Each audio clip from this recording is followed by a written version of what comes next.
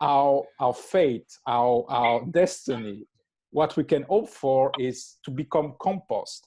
And first of all, how funny is that? But how can you motivate people? How can you let them know, say, okay, look, your future is to become compost, okay, accept that. It's, to me, I know it's the way, but it's very make sure you become, learn how to become the best compost. Best compost.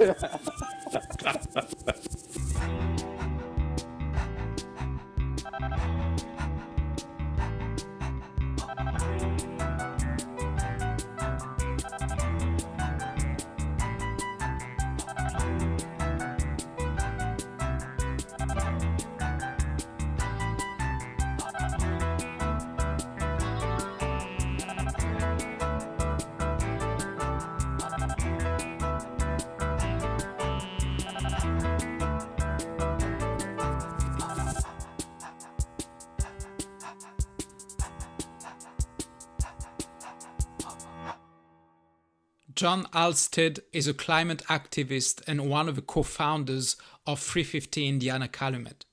He writes for numerous online platforms, including the Huffington Post, Patheos, godsandradicals.org, Witches and Pagans, and godischanged.org, where he writes about paganism and environmental issues. In two recent and powerful articles titled "What If It's Already Too Late?" and "Die Early, Die Often," John stated that we are fucked, that we won't be saved, and that our civilization is going to die.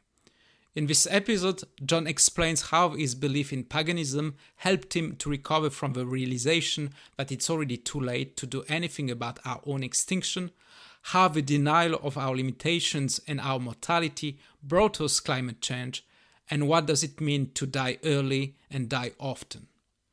Please support the show by liking and sharing this episode on social media, and to make sure you don't miss out on any future episodes, sign up for our newsletter at deafandgout.com. It will also be a massive help to us if you subscribe to our YouTube channel, which you can do right now by simply clicking the subscribe button. Now, get ready for this episode. The denial of our mortality brought us climate change.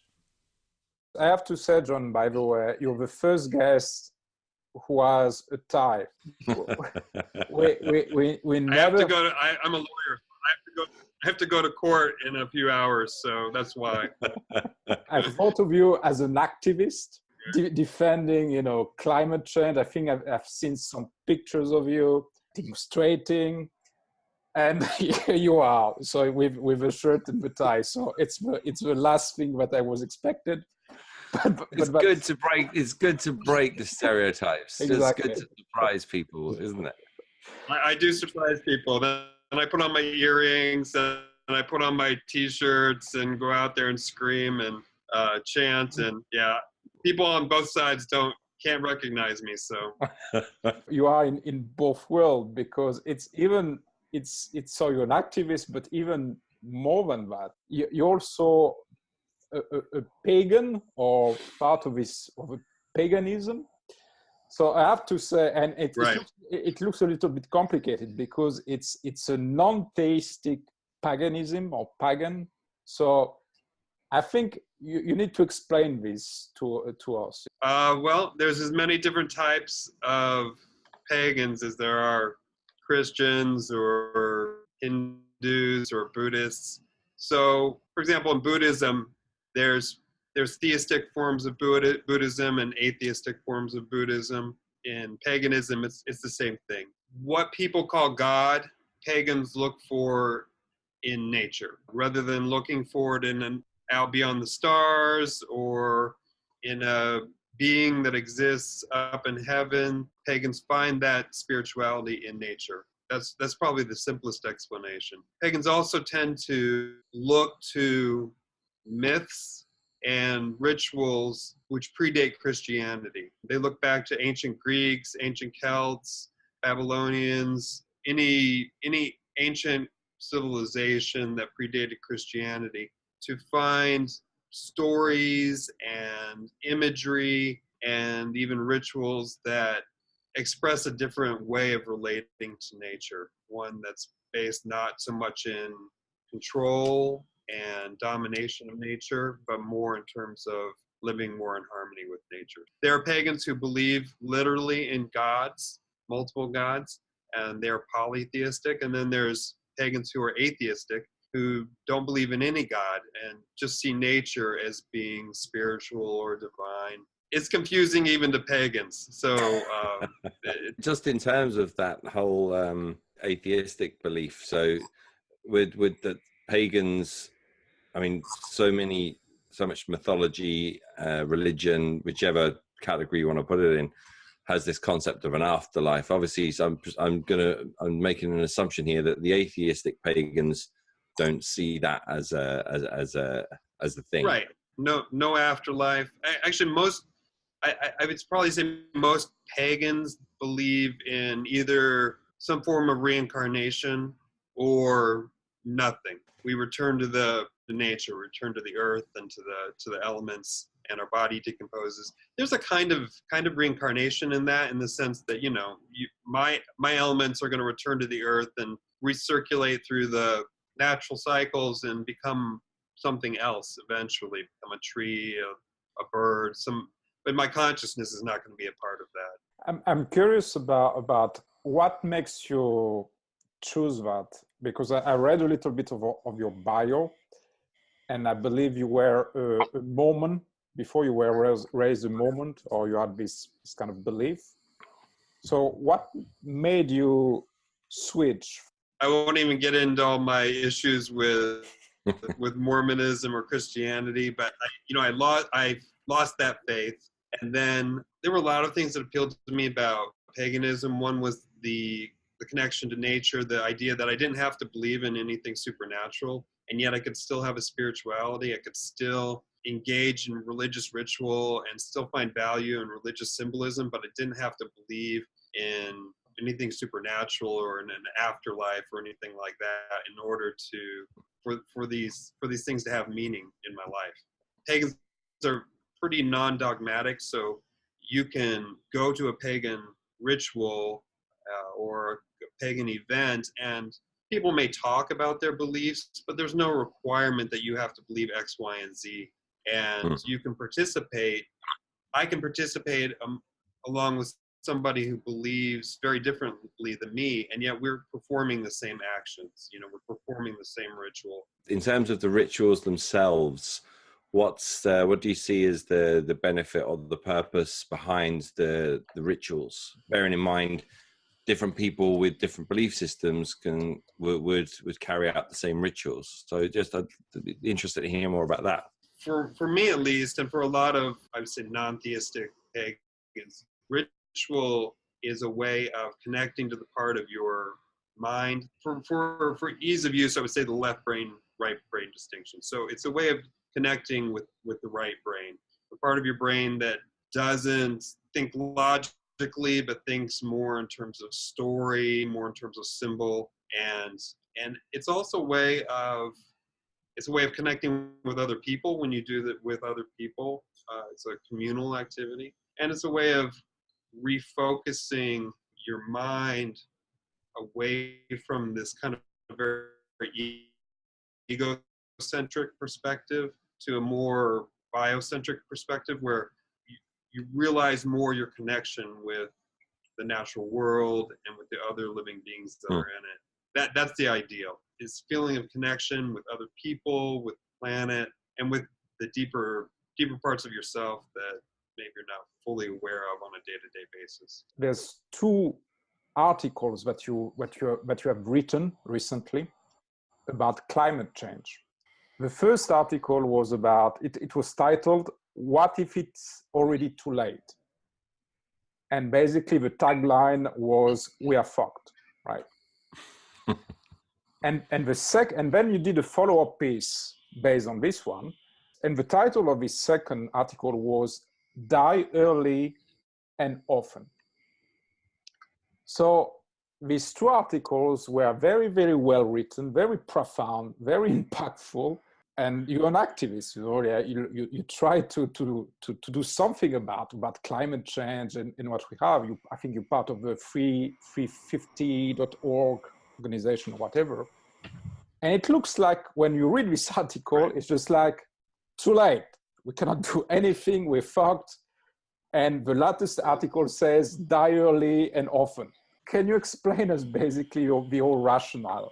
I've not been an activist very long. It's only been a few years. I came to activism pretty late. As soon as I got involved, I kind of had this nagging question in my mind that I didn't really want to deal with it, but I kept asking myself, what if it's already too late for us in terms of the progress of climate change?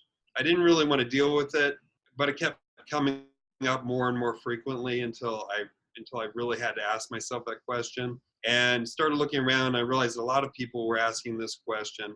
Just recently, the Intergovernmental Panel on Climate Change said we have 12 years to get a 45% reduction in fossil fuels, and I think 20 more years after that, we're supposed to have 100% reduction in fossil fuel use.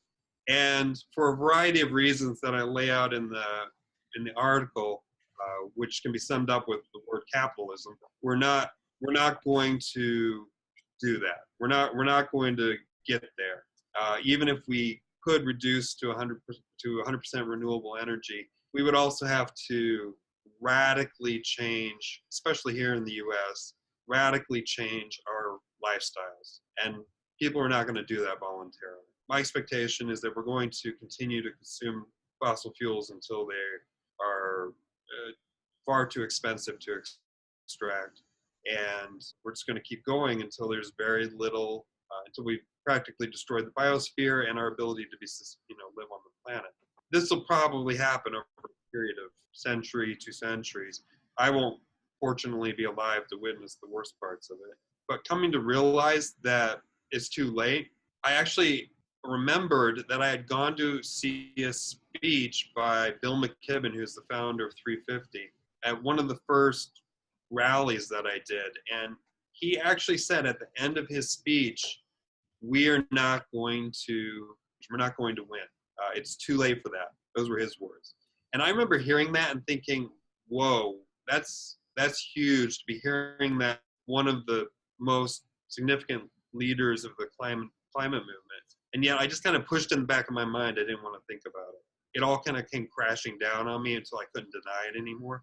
I kind of went into a depression, like what do I do? I'm an activist. I want to be fighting for change and improvement, but how do I do that if I believe that, basically we're fucked? I realized that I had the answer already, or I had found an answer already in paganism, which teaches that death isn't something to be avoided, that it's part of a cycle of life. Contrary to Christianity, which teaches that death is something that can be overcome once and for all, and people can then live immortally without death. Paganism teaches that death is inescapable, and it's a part, as much a part of nature as life is. They define each other. And mythologically, this is expressed in the myth of the dying god, which Christianity has a dying god, but that god only died once. In paganism, the dying god dies every winter and is reborn again every spring, and go through this cycle every year. We see the cycle in nature, we see the cycle in human lives. I realized I had those resources, symbolic resources in my own life for dealing with this depression already. It's helping me to accept it, accept that death is going to happen, accept the death of our civilization is going to happen, and yet find meaning in that cycle. The idea of dying early and often is a phrase I took from Donna Haraway, and basically it just means finding stories and rituals and ways to individually and collectively remind ourselves that we are physical, natural beings, and we're going to die, and our civilization is a product of physical, natural human beings who are, subject to physical limitations, and our civilization is subject to physical limitations, and therefore eventually it's going to die. I think we need to accept that as individuals, and I know you talk about that a lot on the podcast. But I think we need to accept it as a civilization as well, because the denial of our limitations, or the denial of death, basically, is what I think has brought us to this point with climate change. We have consumed to the point where we basically are destroying the environment that sustains us. And we do that because we don't acknowledge the fact that we have limitations. We don't acknowledge the fact that death is real in a way. Our civilization, I think, is built on a myth that denies death. How's that realization shifted things for you? So coming to that point, how's it changed how you live your life? I had already come to terms with it on an individual basis years ago. I remember, and I've watched my own son, who's an atheist, come to terms with it too. The fact that we're going to die. We both were raised in this Christian religion, Mormonism, and then losing that faith and coming to realize that our lives are going to end. Salvation from that for me was the belief that humanity would go on, and that knowledge and progress and civilization would continue to move on without me, and I could contribute a little bit to that progress. And all it kind of came crashing down when I realized that no, civilization, at least this civilization, is not going to continue indefinitely. It's going to end too.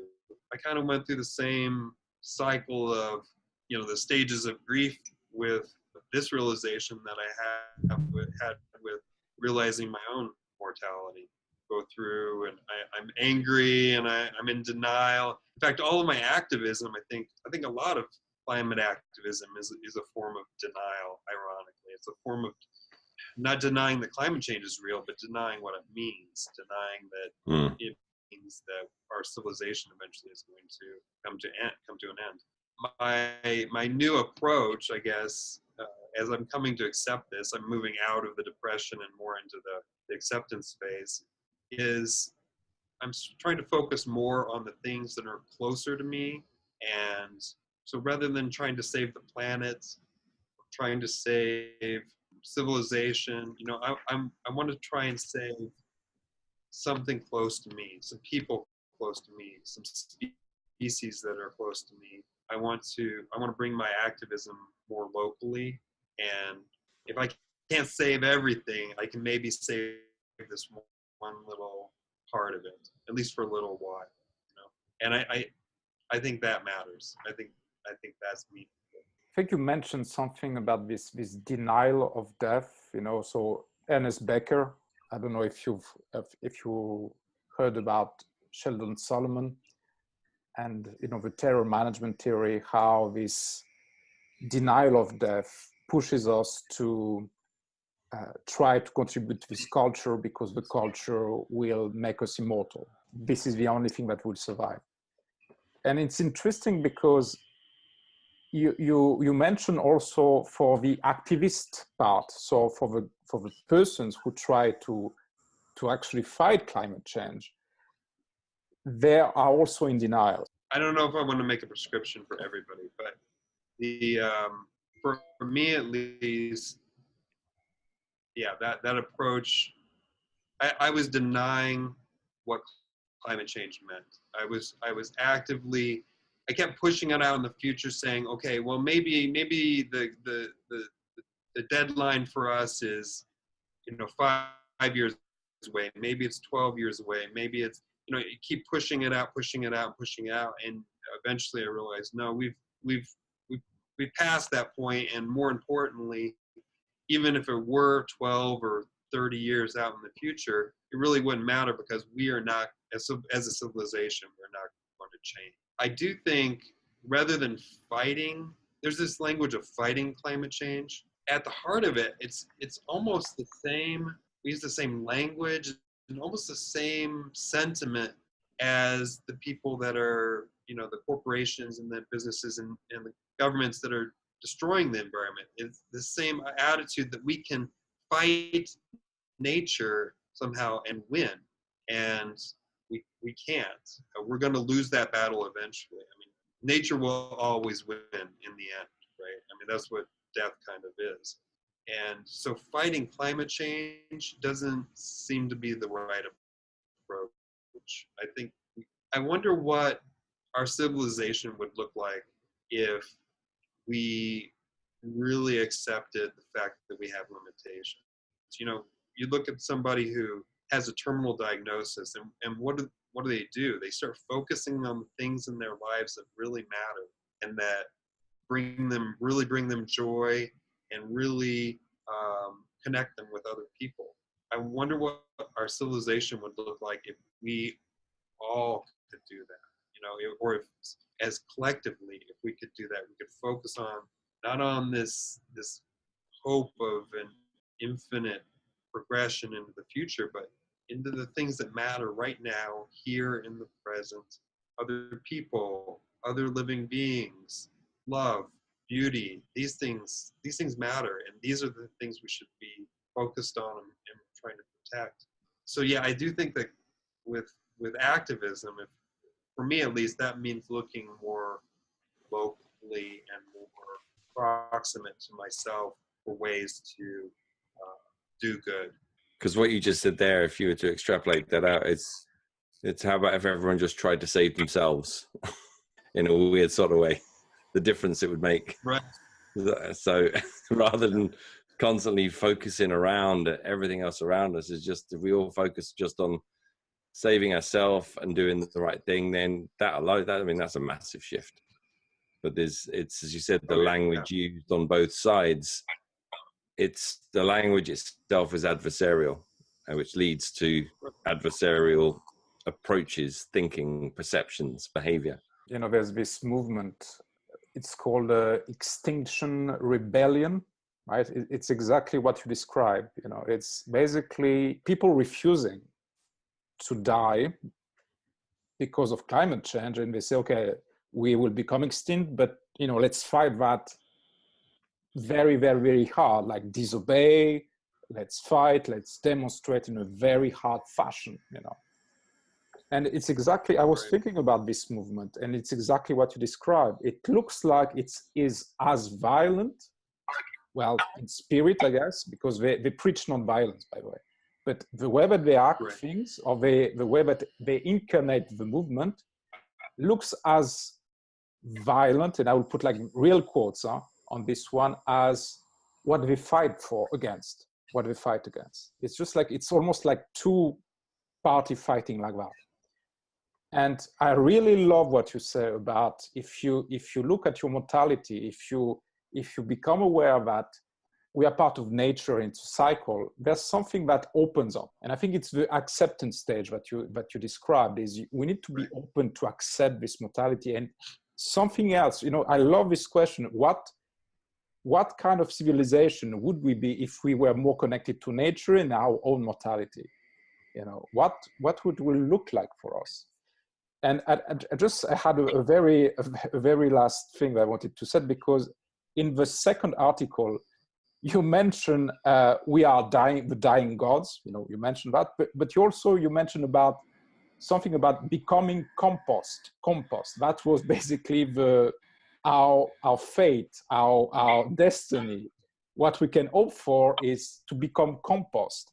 And first of all, how funny is that? But how can you motivate people? You know, how can you let them know, say, okay, look, your future is to become compost, you know, like, okay, accept that. You know, it's, to me, I know it's the way, but it's very, make sure you become, learn how to become the best compost. Best compost. There's the resistance to this idea is, well, if you believe this, you must despair. You must be in despair. You know, you must be paralyzed. You must. It must be meaningless. Why don't you just kill yourself? You know, I've heard these responses. I think that's all coming from a perspective that's still, you know, rooted in belief that the only meaning we have is as part of this eternal progression into the future. If you've ever composted, it's dirty, it's gross, but it is also really beautiful. You know, the first time we started doing it, and we had dirt come out of all of our scrap food and scrap paper, and and we put it into our garden, and we grew food again from this death, life from death. It's really a beautiful thing. And I kind of already accepted that about myself. Like I am going to physically become compost. I'm going to decay in the ground, hopefully as quickly as possible, and return to the elements. And the same has got to be true for our civilization as well. I mean, if you look at the history of civilization, they've all died at some point. Ours will have an end date as well. And I think all we can really hope for is that we don't know what's going to come after us, but all we can really hope for is that we will make good compost, that something beautiful and amazing will come out of our death. I think I like what you said there about that there is a beauty in it, but you've got to accept it in order to see that beauty. And I think that's the hard bit. And it's almost like the harder we resist it, the harder we fight.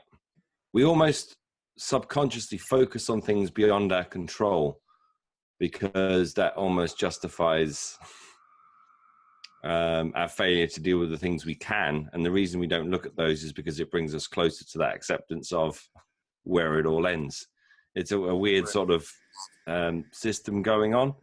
I want to go back to a point Olivier made on the die early and die often. So just elaborate. Could you elaborate on that just a little bit more by what you mean by die often? Dying early to me means coming to terms with your death before you're going to die, like really embracing and accepting it before the reality hits. And so in civilizational terms, it means collectively coming to this realization before the end.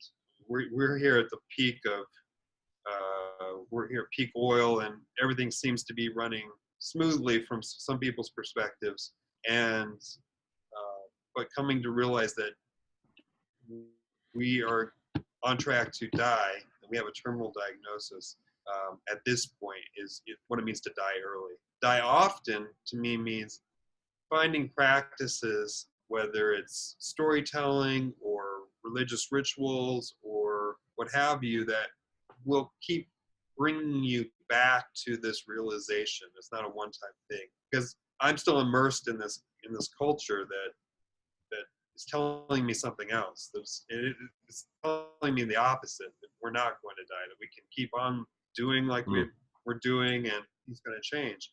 And so I need to die often, in the sense that I have to keep reminding myself of this truth. One way to do that is through religious rituals. Another way is through telling different stories. Christianity is one story. Some versions of techno progress is another story that we tell ourselves. But there are different stories that we can tell as well. The dying God myth is just one of those, but there are others. And I gave a list at the end of the second article of movies and art and TV shows and things like that I think start to tell this different story, or about a different relationship with nature and a different relationship with death. I like the way we come full circle back from we started talking about rituals at the very start, and we've come back. And I think you touched on it there. It is like each culture defines its own rituals. So it's about, and it's the power in those, and it's about shifting the rituals that we do. But that has to be a conscious, deliberate thing. And I think the point you're making. It's how do we shift those so the rituals keep us focused on acceptance and change. Otherwise, we can sort of become, culture's so powerful. It's very easy to become an automaton in terms of what we do. I think it's the rare individual really that manages to think themselves out of that story, or think themselves out of the dominant paradigm. I really don't think that human beings are primarily rational beings. The denial of climate change is a great example of that. If we really were rational, then people would not be denying the existence of climate change. If we are, at least part of us is not rational, then we have to find ways to speak to that part of ourselves that is not rational. And I think myth and storytelling and ritual do that. They speak to the part of us that doesn't understand numbers or doesn't care about numbers or scientific facts, but it does respond to symbolism and does respond to stories. We hope you enjoyed this week's episode. Again, please support the show by signing up at deathhangout.com or clicking on the subscribe button on your screen.